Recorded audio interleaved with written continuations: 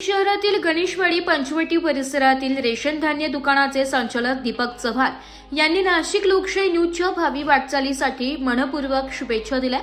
यावेळी बोलताना दीपक चव्हाण म्हणाले की नाशिक लोकशाही न्यूज हे उत्तर महाराष्ट्रातील नागरिकांच्या प्रश्नांना वाचा फोडणारी तसेच सामाजिक, शैक्षणिक व स्थानिक घडामोडी प्रभावीपणे मांडणारी एक विश्वासार्ह माध्यम संस्था बनत आहे। आगामी काळातही ही वृत्तसंस्था जनतेच्या हितासाठी निर्भीड व वस्तुनिष्ठ पत्रकारिता करीत राहील असा विश्वास त्यांनी व्यक्त केलाय।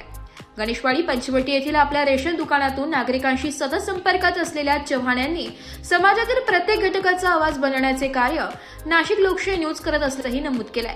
शेवटी त्यांनी संपूर्ण टीमला पुढील वाटचालीस शुभेच्छा देत अधिक यश संपादन करण्यासाठी शुभेच्छा व्यक्त केल्या।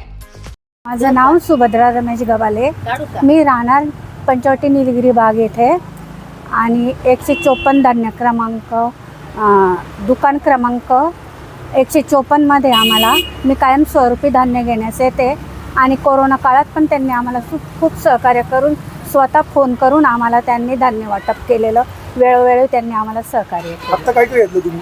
आता गहू तांदूळ किती आहे तर तुम्हाला एकटीला किती धान्य भेटलं? 3 किलो तांदूळ आणि 2 किलो गहू दर महिन्याला भेटतं? दर महिन्याला भेटतो। नमस्कार, मी दीक्षिता।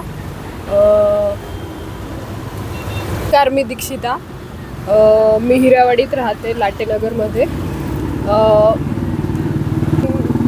नंबर 154 मधून आम्हाला फोन करून ते धान्य वगैरे घेऊन जायला म्हणतात आणि त्यांनी कोरोना काळामध्ये पण आम्हाला खूप मदत केली आहे, त्याबद्दल आम्ही त्यांचं ब्युरो रिपोर्ट नाशिक लोकशाही न्यूज नाशिक।